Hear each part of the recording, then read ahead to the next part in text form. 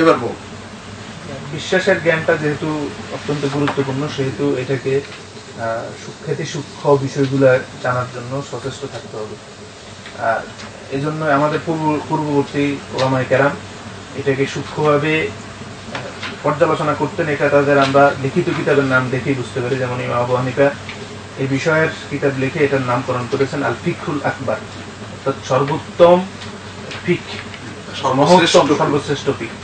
ফিক যেমন সূক্ষ্ম বিষয়গুলোকে অনুধাবনের চেষ্টা হয়, ঠিক তেমন আকীদা বিষয়ক ওহির উপর নির্ভর করে সূক্ষ্ম বিষয়গুলোকে অনুধাবন করা। এর দ্বিতীয় আমরা এখন যে বিষয়টা সবচেয়ে গুরুত্বপূর্ণ সেটা হলো উৎস কি, এই জ্ঞানটা যেটা আহরণ করব এই জ্ঞানের উৎস কি। মানুষের জ্ঞানের বিভিন্ন উৎস থাকে, মানবীয় জ্ঞানের। যেমন সে কখনো পরিবেশ থেকে শিখে, কখনো সে জন্মগতভাবে স্বভাবগতভাবে যেই জিনিসটা আল্লাহ দিয়ে দিয়েছেন সেটা থেকে সে বোঝার চেষ্টা করে, অভিজ্ঞতা দিয়ে সে বোঝার চেষ্টা করে। এভাবে বিভিন্ন উৎস থাকে, ল্যাবরেটরি থেকে কিছু শিখে, পরীক্ষামূলক কিছু শিখে। এখানে জ্ঞানের উৎস এটা ভালো বলেছো, জ্ঞানের উৎস বিভিন্ন। স্বাভাবিক উৎস আল্লাহ জ্ঞানের যে আমাদের 5টা ইন্দ্রিয় দিয়েছে, হ্যাঁ পঞ্চ ইন্দ্রিয়, এগুলো থেকে আমরা শিখি। আল্লাহু আখরাজাকুম ওয়া জাআলা লাকুম,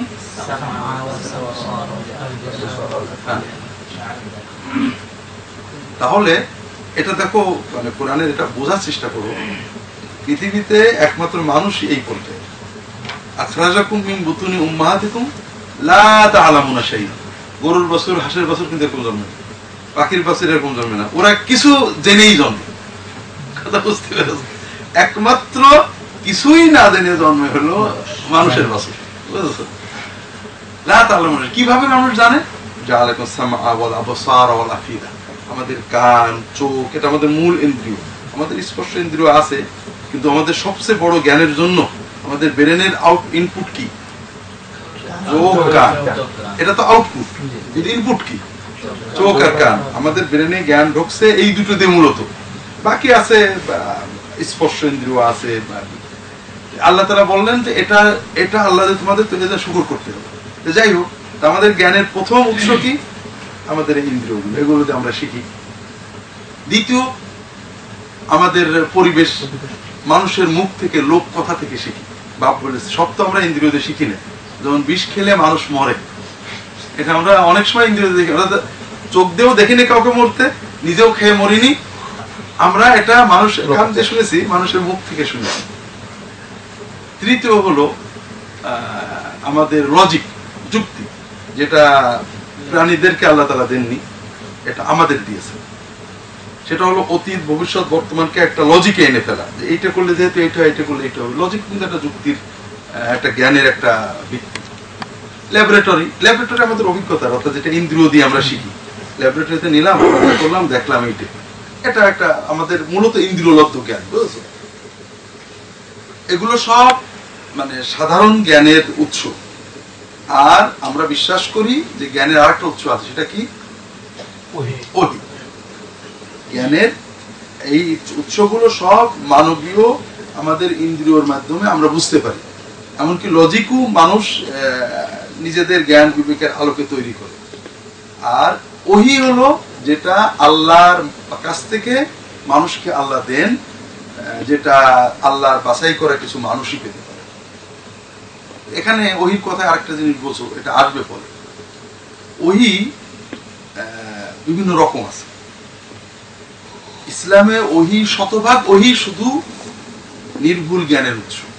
আমরা যখন বাইবেল নিয়ে কাজ করি বা বিভিন্ন ধর্মের বিষয় দেখি, সেখানে একটা ভয়ঙ্কর জটিলতা থাকে যে মানুষ ওই এলকা, এলহাম, কাশ এগুলোকে ওহীর সমান করে।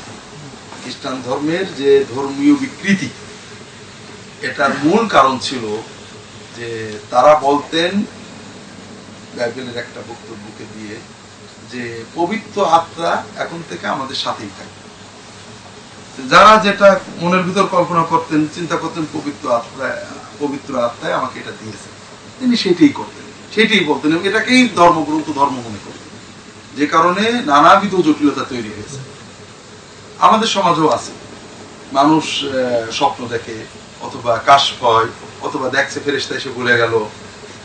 এগুলো মানুষ অনেক সময় আল্লাহর পক্ষ থেকে দেওয়া জ্ঞানের উৎস মনে করে এবং এটাকে ধর্মীয় কাজে ব্যবহার করে মানুষ বিভ্রান্ত হয়। এটা সকল মানুষের ভিতরে কম বেশি বিভিন্ন চিন্তা আছে, কোনটা শয়তানের কোনটা ভালো মন্দ বুঝতে পারে না। এই জন্য ইসলামে একটা মূল দায়ী দিয়েছে যে শতভাগ ওহী, এটা হলো ইসলামী জ্ঞানের উৎস। শতভাগ ওহী বলতে কি বুঝাচ্ছি? 50%, 60%, 48%, 72% ওহী আছে না? বলো তো কি?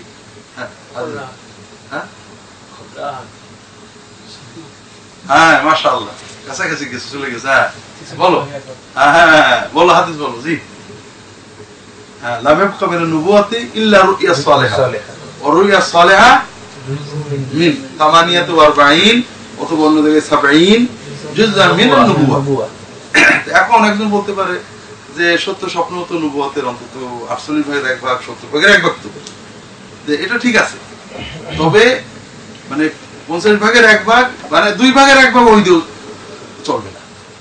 100 ভাগের 100 ভাগ ওহী ছাড়া দিনের কোন, আর 100 ভাগের 100 ভাগ ওহী কি?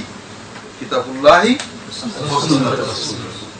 আমরা যে দাবিটা করলাম এখানে কয়েকটা জিনিস বোঝালাম। একটা হলো যে আকীদা অভিজ্ঞতার উপরে না, জনশ্রুতির উপরে না, লোকাচারের উপরে না, এটার এলেমটা মূলত ওহীর উপরে।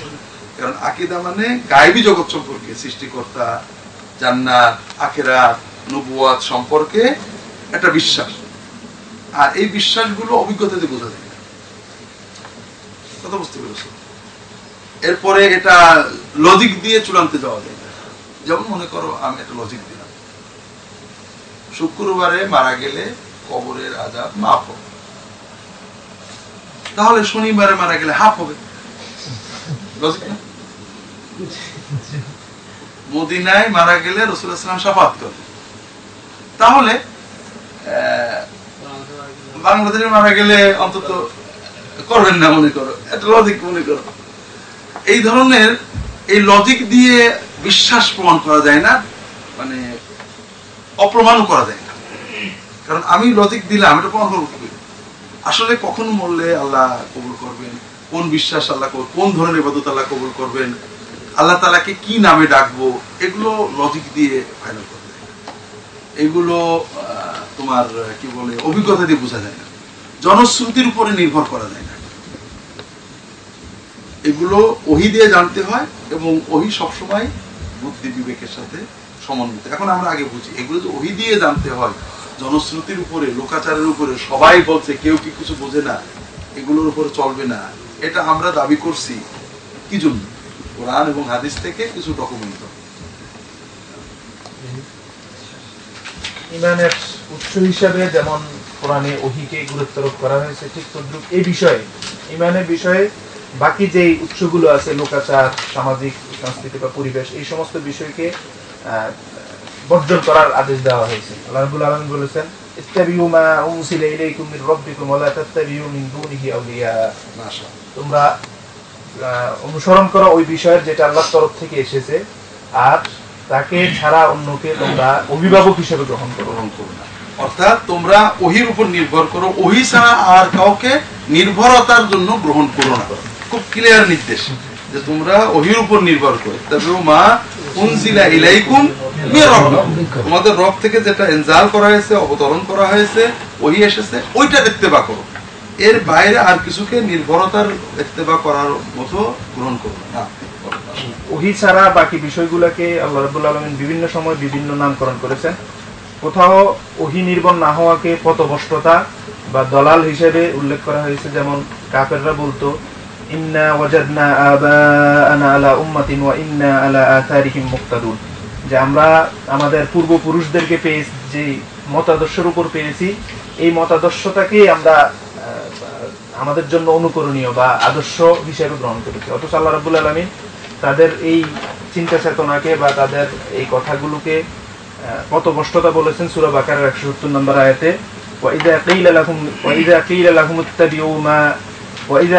ইত্তাবিউ মা আনজালাল্লাহু ক্বালু বাল নাত্তাবিউ মা আলফাইনা আলাইহি আবাআনা ওয়ালাউ কানা আবাউহুম লা ইয়াকিলুনা শাইয়্যান ওয়ালা ইয়াহতাদুন। অর্থাৎ যখন তাদেরকে বলা হয় তোমরা আল্লাহর তরফ থেকে যেগুলো এসেছে এটার উপর বিশ্বাস স্থাপন করো, তখন তারা বলে না, আমরা আমাদের পিতা বা পূর্বপুরুষদেরকে যেটার উপর চলতে দেখেছি সেটার উপরে বিশ্বাস করব। তাদের পিতা কোনো কোনো ক্ষেত্রে, যদিও তাদের পিতা বা পূর্বপুরুষরা এসব বিষয়ে কোনো বিষয় বুঝতেন না অথবা সৎপথপ্রাপ্ত হতেন। এখানে বিষয়টা আমরা আরেকটু ব্যবহার করে না, আরো অনেক আয়াত এখানে তোমরা বলতে পারো যে তাহলে কি সমাজের কিছুই মানা যাবে না, অথবা সমাজের পিতা মাতানো সবই খারাপ। আসলে এখানে বিষয়টা হয়েছে মানে খারাপ বা ভালো একটা মানদণ্ড লাগে, সে মানদণ্ড ওহি। সমাজের সবই খারাপ এটাও না, সবই ভালো এটাও না, ভালো হোক মন্দ হোক প্রমাণের জন্য তোমার ওহি লাগে। আর এজন্য আরবে যখন রাসূলুল্লাহ সাল্লাল্লাহু আলাইহি ওয়াসাল্লাম আসলেন, আরবের লোকেদের দিন ছিল না ছিল না? ছিল। তারা ইব্রাহিম আলাইহিস সালামের উম্মত এবং আওলাদ হিসেবে প্রচন্ড এতেজাজ করতেন। এখন ইব্রাহিম আলাইহিস সালাম থেকে তারা দিন পেয়েছেন কাদের মাধ্যমে? বুজুর্গদের মাধ্যমে, বাপের পরে বাপ, বাপের পরে বাপ, বাপের পরে বাপ। এজন্য তারা দাবি করতেন যে আমরা যা পেয়েছি বা সিলসিলা আমরা আমাদের মুরব্বীদের থেকে পেয়েছি, এটার বাইরে আমরা যাব না। ইন্না ওয়াজাদনা আবাআনা আলা উম্মাতিন ওয়া ইন্না আলা আথারিহিম মুহতাদুন। পরের আয়াতে আবার কি আসছে?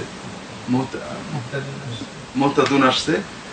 এইরকম তাহলে আল্লাহ বলছেন যে না, এই সিস্টেমে হবে না। তোমাদেরকে তোমাদের বাপ দাদারা কখনো জানতেন, কেউ জানতেন না। আলোকানা বুমলা কেউ বুঝতেন, কেউ বুঝতেন না, অনেকে হতে পারে।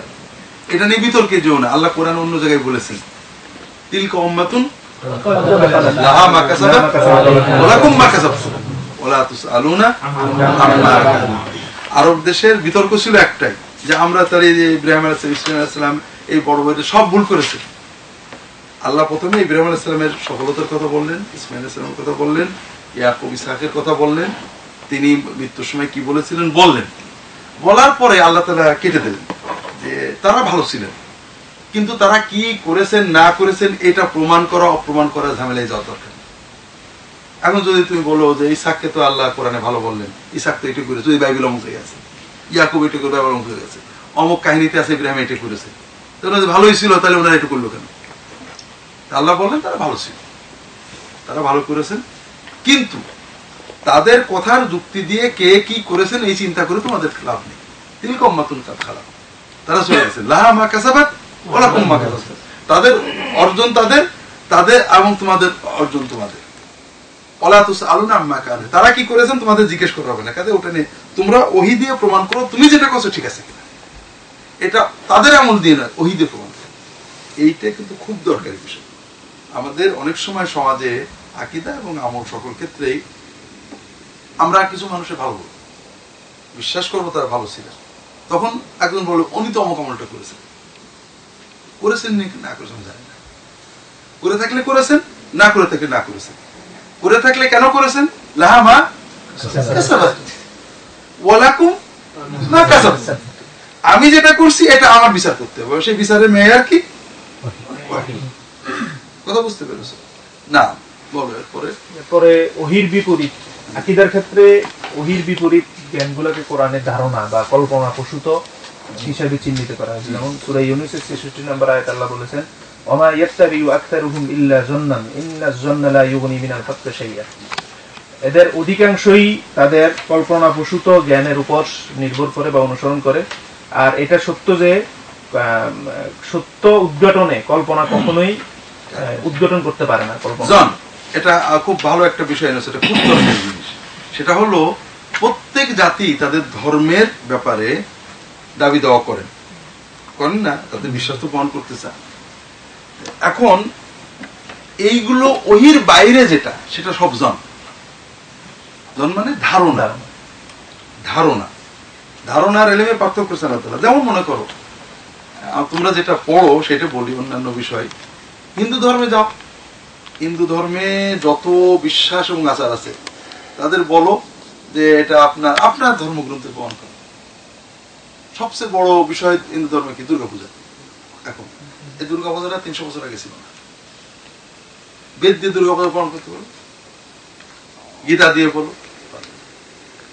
কিছুই পাবে। এমনকি দুর্গাপূজার এই বিষয় অনুষ্ঠানটাই ৩০০ বছর আগে ছিল না। ব্রিটিশ সময়ে সর্বপ্রথম দুর্গাপূজা শুরু। কথা বুঝতে পারবে? যে কোনো বিশ্বাস বলো, বা আচার বলো, তুমি বলো না আপনার গীতা দিয়ে প্রমাণ করে, আপনার ধর্মগ্রন্থ বেদ, বেদ দিয়ে প্রমাণ করে। এত মানুষ কিছু বোঝে না, জান কথা বুঝতে পেরেছো? যেমন আমাদের সাবিত তার মনের ভিতরে যে খটকাটায় প্রথম লাগলো, বর্তমানে মুসলমানদের দেখে কেউ মুসলমান হয় না, কিন্তু ইসলামের ভিতরে কিছু এমন কিছু শক্তি আছে, যেমন আফ্রিকাতে 1950 সালে খ্রিস্টান ভ্যাটিকান থেকে সিদ্ধান্ত নেওয়া হয় 2000 সালের ভিতরে Africa will B A Christian continent. লিখিত গণিত ব্যাপক বিলিয়ন ট্রিলিয়ন ডলার প্রতি বছরে খরচ করা হয়েছে আফ্রিকায়, যে আফ্রিকা মহাদেশকে খ্রিস্টান মহাদেশ বানাতে। এইবারে 2050 ভিতরে এশিয়ার বাংলাদেশ এবং পাকিস্তান খ্রিস্টান বানাতে হবে, ইন্দোনেশিয়া সহ 3টে বড় মুসলমান দেশ। যাই হোক, তারা প্রচুর চেষ্টা করেছেন, মুসলমানরা কিছুই করিনি, অর্গানাইজড কিছু করিনি। কি হয়েছে, মুসলমান একজন এদের চাকরি নিয়ে গেছে, বাংলাদেশের লোক, পাকিস্তানের লোক, একজন হয়তো একটা মসজিদ ইমাম হয়ে গেছে। মজা হলো এই একেবারে বিক্ষিপ্ত কাজের মাধ্যমে খ্রিস্টান ধর্ম তাদের সুশৃঙ্খল প্রচার অভিযান এবং বিলিয়ন ট্রিলিয়ন ডলারের বাৎসরিক ফান্ডের পরও যা গিয়েছে, ইসলাম প্রায় কাছাকাছি গিয়েছে। এবং এটা কোন রকমের মানে অর্গানাইজ প্রচার অভিযান ছাড়া। কেন? ইসলামের একটা নিজস্ব শক্তি আছে। একজন মুসলমানের আচরণ দেখে একজন মানুষ মুসলমান হয়ে যায়। তুমি তোমার আচরণ, তোমার নামাজ, তোমার সালাত, এগুলো দেখেই মানুষ মুসলমান হয়ে যায়।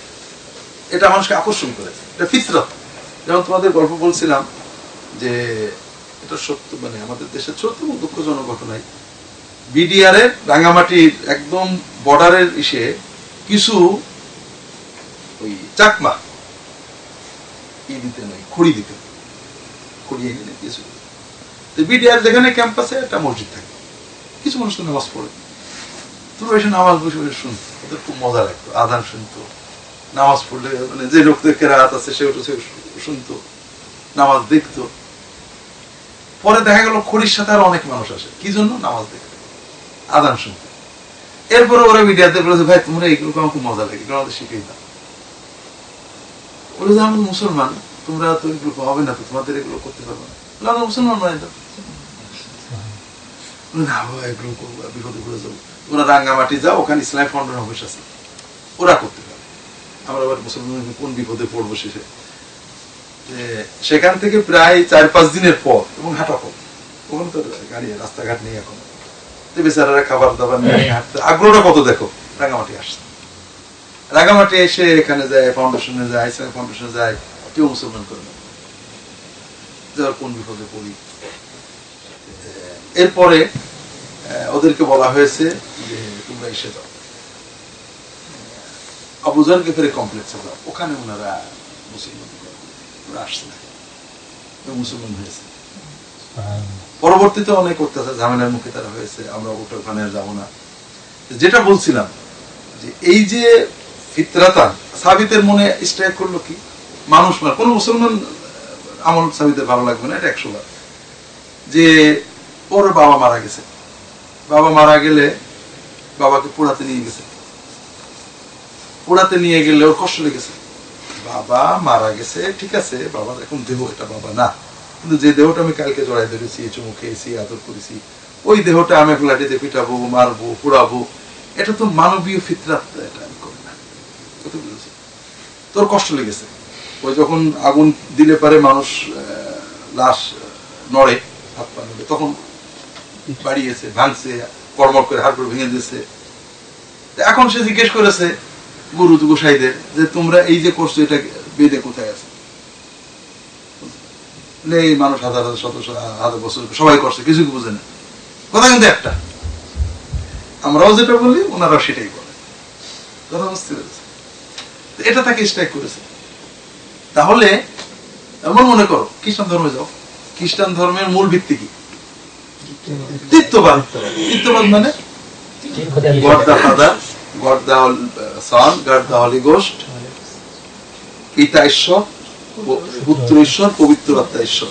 পিতা ঈশ্বর নন, পিতা পুত্র ঈশ্বর, পিতা পুত্র নন, পবিত্র আত্মা পিতা নন, প্রত্যেকেই ভিন্ন ভিন্ন, প্রত্যেকেই সম্পূর্ণ ঈশ্বর, প্রত্যেকেই সম্পূর্ণ ঈশ্বর, প্রত্যেকেই পৃথক ব্যক্তিত্ব, এবং 3 ঈশ্বর মিলে এক।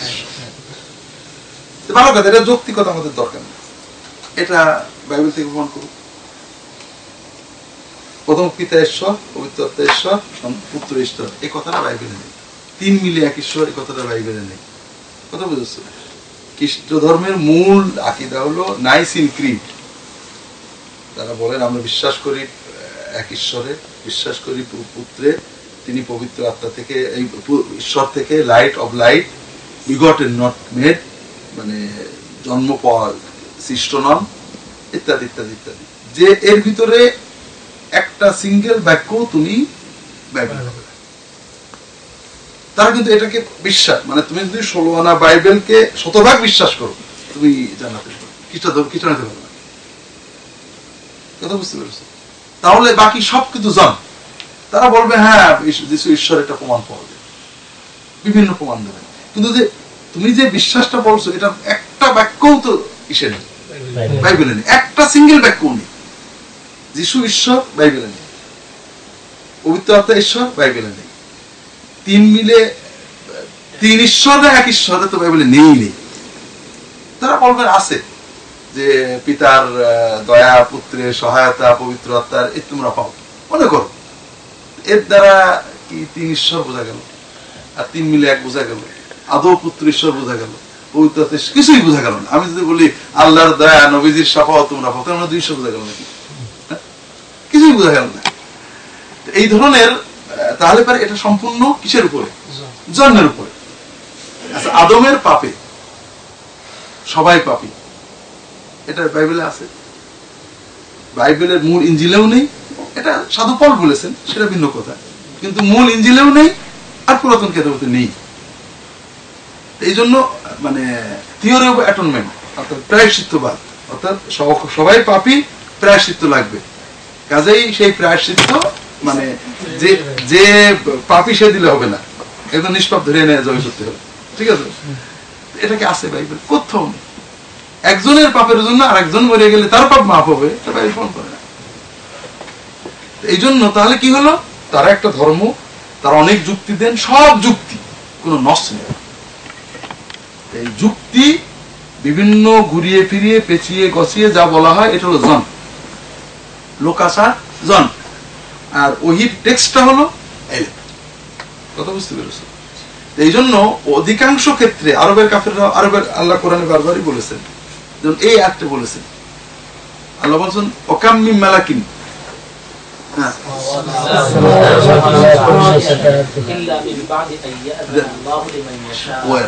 কারণ কি? তারা বিশ্বাস করতো ফেরেশতারা শাফাত করে, আর এই জন্যই তারা ফেরেশতাদের ইবাদত করে। আল্লাহ বললেন তারা এটা তাদের আকীদা, ঈমান, এবং এই ঈমানের ভিত্তিতেই তারা ফেরেশতা ইবাদত করতো। আল্লাহ বারবারই বলেছেন ফেরেশতাদের দলিল দাও। আল্লাহ বললেন যে ফেরেশতাদের শাফাত করার অধিকার নেই আল্লাহর অনুমতি ছাড়া, কাজেই তাদের ইবাদত করে কোনো লাভ নেই। এরপরে বলো, পরের আয়াত বলো, মুনাল মালাইকাতা তাসমিয়াতাল উনসা। কিন্তু অবিশ্বাস কি? যে তারা ফেরেশতাদের আল্লাহর মেয়ে বলতো।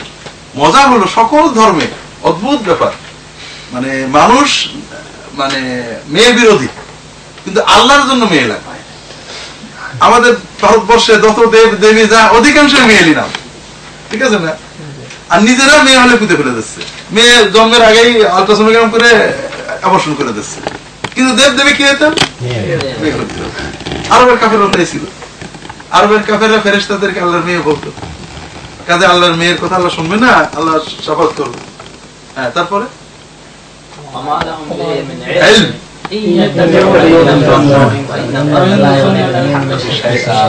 তাহলে তাদের যে কয়টা আকীদা এখানে সবগুলোই পূর্ববর্তী কেতাবের ভিত্তিতে নেওয়া। আল্লাহর যে ফেরেশতা আছে, ফেরেশতারা শাফাত করবে, দুটোই কিন্তু সহি কথা। কিন্তু তারা এই দুটোর সাথে কি একটা জিনিস দাবি করেছে, ফেরেশতাদের শাফাতের অধিকারটা নিজস্ব, ইচ্ছা করলেই পারবে। কাজে কোন রকমের ফেরেশতাকে খুশি করতে পারলে ওরা আল্লাহকে তাদের তরাই নিতে পারবে। আল্লাহ বলছেন না, আল্লাহর এজেন্ট ছাড়া পারবে না, আল্লাহর অনুমতি, আল্লাহর সন্তুষ্টি ছাড়া পারবে না। তোমরা এটা বানিয়েছো, এটা প্রমাণ করো, ডকুমেন্ট দাও, হ্যাঁ তার নিজস্ব শক্তি। তারা ফেরেশতাদেরকে আল্লাহর কন্যা সন্তান হিসেবে কল্পনা করতো, এটা আকীদা, বিশ্বাস, প্রমাণ দাও। এটা তোমাদের ধারণা, তোমাদের যুক্তি, তোমাদের লোকাচার, যুক্তি লোকাচার সব ধারণা। আর এলেম হলো ওয়াহী। সত্য জানার জন্য ওহির বাইরে কোনো পথ নেই।